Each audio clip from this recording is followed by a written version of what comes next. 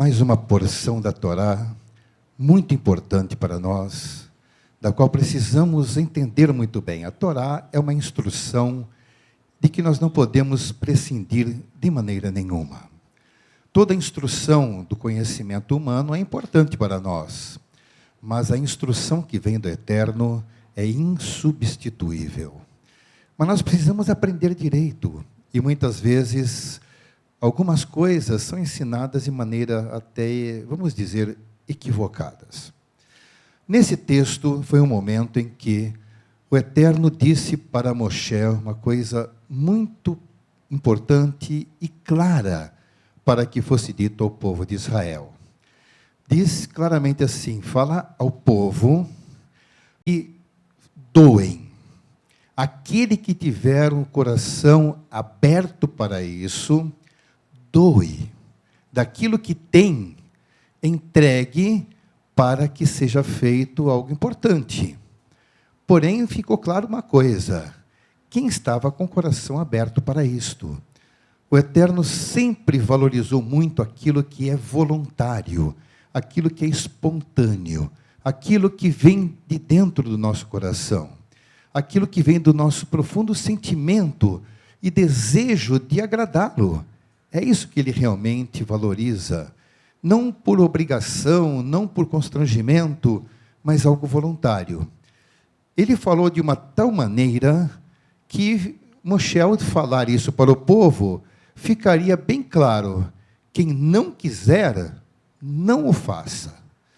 E não condicionou nenhuma forma de punição, nenhuma forma de consequência, mas também nem prometeu benefícios para aqueles que derem.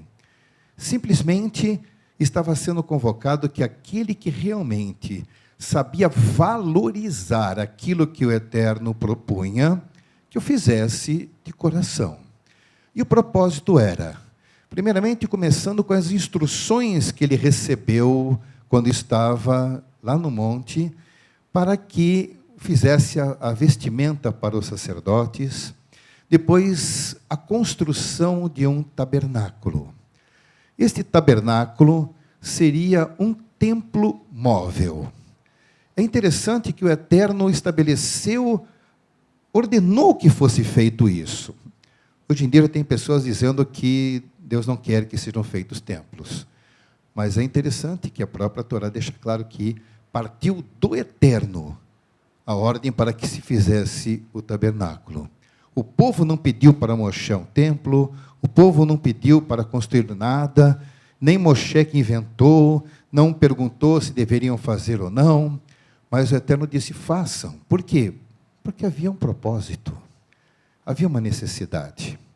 Mas é interessante também nós entendermos, quando encontramos alguns textos nas Escrituras que garantem que o nosso Deus não habita em templos feitos pela mão do homem. Porém, templos que não sejam feitos pelas mãos do homem não existem. Não há templo que não é feito pela mão do homem. Templos não brotam do chão, não nascem sozinhos. Templos são feitos pela mão do homem.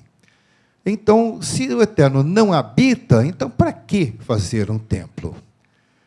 Ali ficou claro que o Eterno disse isso porque as pessoas que realmente se dispõem a servi-lo, o templo vai ser feito, porém, o Eterno que disse que ele habitaria, conforme o texto original no hebraico, que muitas vezes não é muito claramente traduzido, mas diz que o Eterno habitaria dentro das pessoas, no meio de vós, entre vós. Não ficaria restrito à parte central do acampamento, não seria um local geográfico definido. O que nós tínhamos de esclarecimento? O tabernáculo, uma vez feito, ficaria no centro, todas as tendas das tribos em volta.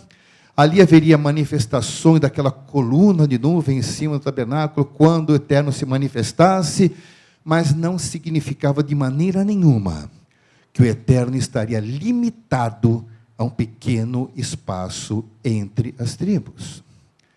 Ele garantiu que estaria presente na vida de todos do povo de Israel.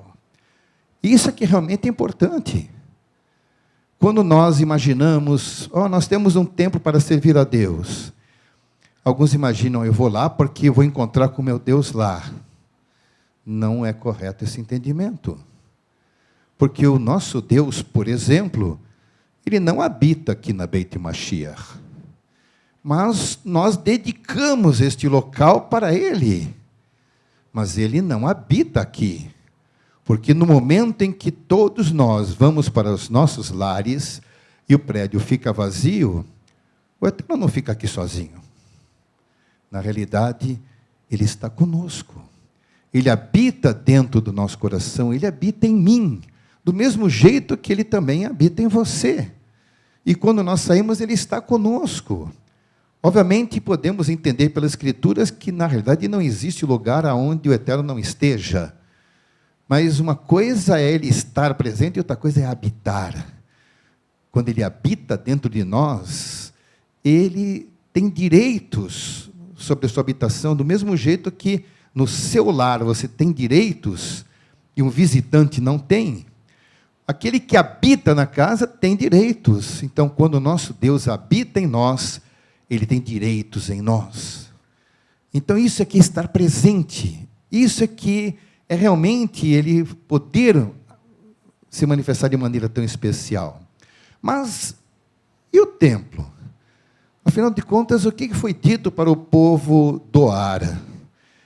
Ele não pediu para as pessoas doarem moedas, um pouquinho de dinheiro, uma contribuição, não. Nessa altura não estabeleceu nem limite, nem valores, nem se era 10%, se é 20%. Ele simplesmente doem aquilo que o seu coração estiver disposto a fazer. Por quê? O que precisava ser feito? Precisavam ser feitas coisas que implicariam de uso de materiais muito nobres, como o ouro, a prata, pedras preciosas, bronze, tecidos caríssimos, tecidos finos, peles tingidas, coisas que custavam caro. E eles habitavam um deserto. Era um povo que nem estava suficientemente organizado para negociar com outras nações. O que eles tinham é aquilo que receberam dos seus vizinhos no Egito. Quando da mortandade dos primogênitos, o Eterno diz, vocês peçam para os seus vizinhos o que eles têm de valioso. Os egípcios não se preocuparam em dar ouro, prata e o que eles tinham de valor, por quê? Eles queriam ver os hebreus longe, porque eles estavam vendo a morte perto deles. Então, para que os hebreus saíssem, eles deram o que tinham, porque o Eterno tocou o coração deles. E eles saíram, então, com muitas riquezas. Mas agora, o que era importante? Não deve haver avareza, não deve haver ganância entre o povo de Israel, entre o povo de Deus. Então, devem dar voluntariamente. E nós sabemos que o povo fez assim. Ele doou porque as coisas que tinham que ser feitas, os objetos para serem feitos, exigiriam muito dessa matéria-prima. Muito ouro, muito de madeira de acácia, muito de prata, muito de bronze, coisas grandiosas, pesadas, grandes mesmo, deviam ser feitas com todo esse material. Até mesmo o tecido, não apenas o tecido em si, mas até mão de obra preparada para isso haveria de ser dedicada, sem remuneração. As pessoas dariam o melhor de si, simplesmente porque o Eterno pediu. Então Moshe não estabeleceu, vou pagar tanto de salário para quem bordar, vou pagar tanto de salário para quem gastar as pedras, para quem trabalhar o ouro, a prata, o bronze, ou a madeira. Ele não estabeleceu, simplesmente as pessoas tinham que dar o melhor de si, sem questionar. Então as pessoas estavam dispostas, porque, então, mais uma vez, a pergunta, para que isso tudo? Porque era importante. Uma vez o tabernáculo pronto, seria um local aonde poderia se executar o serviço que o Eterno estabeleceu, todos os rituais que os sacerdotes tinham que executar, os serviços, um local onde as pessoas se reuniriam para ouvir a leitura da Torá, onde iriam aprender a respeito da Torá. Eles ficariam nas suas casas, fazendo as suas atividades, até um momento em que eles se reunissem diante do tabernáculo para ali aprender do Eterno, ali se reunirem para apresentar a sua adoração ao Eterno. Mas cada um podia adorar na sua tenda? Poderia. Mas o Eterno nunca quis realmente que as pessoas fossem isoladas, sozinhas, egoístas. Tem que estar junto, tem que compartilhar, tem que ter experiências comuns. Para quê? Para demonstrar que tem algo realmente de unidade, de amor ao próximo. Porque as pessoas sozinhas, hoje em dia existem pessoas que querem adorar o Eterno sozinhas em casa. E se todo mundo fizer isso, o que vai acontecer? Não haveriam organizações. Não haveria Beit Mashiach. Não havendo Beit Mashiach, não haveria nenhuma organização, nada poderia ser feito. Vou ficar em casa aprendendo pela internet. Mas sem uma organização não haverá nenhuma produção para a internet. Ninguém vai escrever nada, ninguém vai falar nada, e vai ficar todo mundo por conta própria. Será que é isso que o Eterno quer? Não. A Torá é muito clara em todas as coisas. Ele estabelece os critérios que nós vemos hoje, as ideias são muito equivocadas, muito equivocadas. Há muitos que dizem, não, aquilo que tem que ser dado é para ajudar os pobres. O Yeshua já disse claramente que nós temos que ajudar os pobres e não misturou uma coisa com a outra. O que era contribuição para os sacerdotes, para os levitas, não tinha nada a ver com a ajuda aos pobres. Cada um no seu momento, no seu lugar, tudo tem que ser feito. Nós temos que dar atenção a tudo isso, nós temos que abrir nosso coração, não podemos ser avarentos. Por quê? Porque temos que dar tanto sustento para a contribuição para os locais de onde nos reunimos, como temos que olhar para os necessitados. E muita coisa nós temos que aprender das Escrituras. E quem disse que uma pessoa que hoje pode ajudar, amanhã não precisará receber ajuda? Nós temos que ser também suficientemente humildes na presença de Deus para sabermos que, eventualmente, nós precisaremos receber ajuda. Mas, às vezes, a pessoa passa por uma situação, Deus permite que isso aconteça conosco. Nós temos altos e baixos em nossas vidas. Quando você está em cima, eu gosto de ajudar todo mundo. E quando está embaixo, agora tenho vergonha de receber ajuda. Quer dizer que quando você ajudava, então você não se preocupava se os outros ficavam envergonhados. E nós não temos que nos envergonhar de nada. Porque a nossa vida sempre é provida pelo Eterno. O dia que precisarmos de uma ajuda, a ajuda não vem das pessoas, a ajuda vem do nosso Deus. Nós temos que estar com o coração aberto para qualquer circunstância. Para quê? Para vivermos bem e amarmos uns aos outros, que esse é o propósito da presença do Eterno dentro de nós. Isso que nós temos que ver, mas para isso temos que viver em comunidade. Agora, se cada um fica em casa sozinho, onde é que está a comunidade? Aonde as pessoas se conhecerão? Aonde irão compartilhar as suas necessidades? As Escrituras dizem claramente que nós temos que compartilhar as nossas necessidades. Então, aqueles que são contrários a templos, deveriam ler mais a Torá.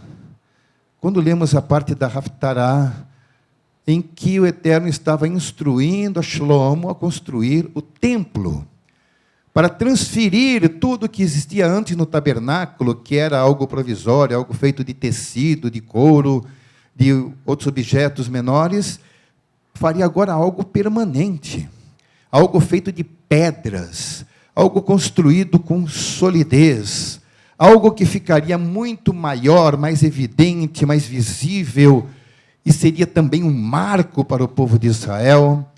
Tudo aquilo também tinha que ser feito, e feito com coisas que eles ainda não tinham.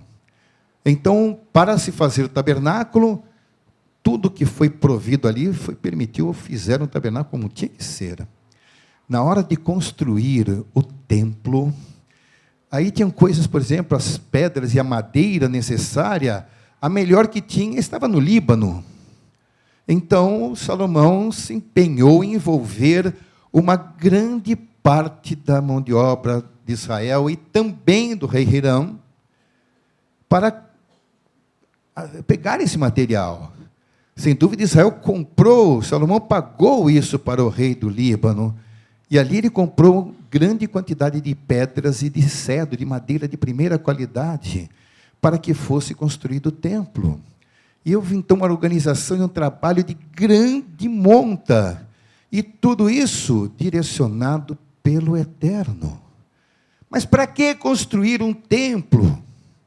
Para que investir tudo aquilo, aquelas pedras carregadas por muitos quilômetros, tudo aquele investimento, tanto ouro, tanta coisa, para quê? Bem, se nós podemos até ajudar pessoas com alguma quantidade, por que nós não podemos dedicar alguma coisa para que o nosso Deus? Aquilo não era feito para Shlomo, para Salomão. Salomão já tinha o seu palácio, já tinha as construções do governo, mas para o Eterno ele queria fazer o melhor. Então, tudo aquilo, ele deveria fazer mais assistência social. Não, assistência social era outro departamento. Outro departamento. Os recursos do governo do rei Salomão para atendimento para o povo era outro departamento. Esse departamento agora é para o Rei dos Reis, Senhor dos Senhores, o Rei e o Deus de Israel. Por isso ele se empenhou em tudo aquilo. Não era para agradar ninguém, não era para agradar o sumo sacerdote, não era para agradar os levitas, não era para agradar a si mesmo, mas era para agradar o seu Deus. Por isso ele deu o melhor de si, o melhor do povo de Israel. Porque é muito mais importante o nosso Deus do que todos nós. O nosso Deus é mais importante do que os ricos, mais importante do que os pobres, é mais importante do que qualquer pessoa, porque Ele é o nosso Deus, Ele é o nosso Criador. Portanto, quando vemos estes textos que nós lemos hoje, temos que entender muito claramente. O que deve haver em nós é desprendimento. Não é à toa que encontramos nas Escrituras dizendo que o amor ao dinheiro é a raiz de todos os males. Porque quando nós amamos o dinheiro, nós começamos a querer definir realmente os valores, não o preço, os valores daquilo que nós valorizamos como seres humanos e aquilo que o nosso Deus valoriza. O que o nosso Deus valoriza não tem preço. O que o nosso Deus valoriza é o que tem valor realmente. Temos que valorizar o que tem valor. E não vamos nos preocupar com preço. Isso são valores humanos. Isso é fraqueza nossa. Isso é a nossa incapacidade de valorizar e entender o nosso Deus. E até mesmo entender a Torá. Realmente, não precisamos de um templo para estarmos na presença do nosso Deus. Isso nós não precisamos. Ele estará conosco, seja lá onde nós estivermos. Se estivermos no profundo da terra, Ele está conosco. Se for no fundo do mar, Ele está conosco. Se estivermos acima das nuvens, Ele estará conosco. Se estivermos entre as estrelas, Ele estará conosco. Não precisa de um templo, mas nós precisamos. Nós precisamos nos reunir. Nós precisamos falar um com o outro. Nós temos que olhar nos olhos um dos outros. Precisamos nos conhecer. Precisamos realmente compartilhar nossas necessidades. Eu posso pedir oração por um problema. Eu posso pedir ajuda numa dificuldade. Eu posso oferecer ajuda para quem tem necessidade. Eu posso fazer muitas coisas, desde que estejamos juntos. É por isso que o Eterno ordenou que tanto Moshe construísse o tabernáculo, como depois instruiu Shlomo para construir o templo. E assim, aquilo que valeu para eles naquela época, naquela circunstância, vale para nós em outra circunstância. mas a necessidade nossa é a mesma. Temos que centralizar um local onde possamos nos reunir e também juntos adorarmos o nosso Deus. Podemos adorar sozinhos? Podemos, mas também devemos adorar juntos, para que haja muita alegria e compartilhar a alegria, para que possamos realmente, juntos, uns com os outros, participarmos da mesma glória que o Eterno se manifesta. E possamos, então, entender as Escrituras como elas dizem, não como nós achamos que deve ser. Nós vemos muitas pessoas expondo suas ideias porque acham que seja assim, mas com certeza temos que basear naquilo que o Eterno falou, aquilo que Ele nos mostrou, porque sem dúvida é o melhor para nós. Que o Eterno possa nos abençoar de maneira muito grande, porque reunidos podemos falar a respeito de Yeshua, falar a respeito do que Ele faz em nós, mostrarmos milagres que Ele realiza entre nós, porque estamos juntos. Que a mão do Eterno esteja sobre cada um, em nome de Yeshua HaMashiach. Amém.